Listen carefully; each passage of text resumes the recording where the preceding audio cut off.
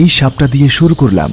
সাপটি সুন্দর, কিন্তু আমরা যা মোকাবেলা করতে যাচ্ছি তা বেশ বিপজ্জনক।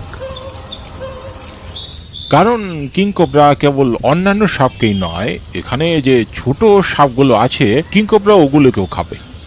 সাপটি প্রতি মাসে তার খোসা বদলায়। প্রতি কয়েক সপ্তাহে সাপটি চামড়া ছাড়ানোর প্রক্রিয়ার মধ্য দিয়ে যায়। দেখুন, তার পুরনো চামড়া ছাড়িয়ে নতুন চকচকে স্তর ফুটে উঠেছে। এটা যেন নিজেকে পরিষ্কার করার মতো। এখন পরিষ্কার, তার গোসল শেষ হয়েছে। তো এর মধ্যে কি এখন কোনো বিষ নেই, বা এটি মারাত্মক নয় তো? এটার বিষ নেই। চোখ থেকেও ছাড়াচ্ছে? হ্যাঁ, চোখ থেকেও।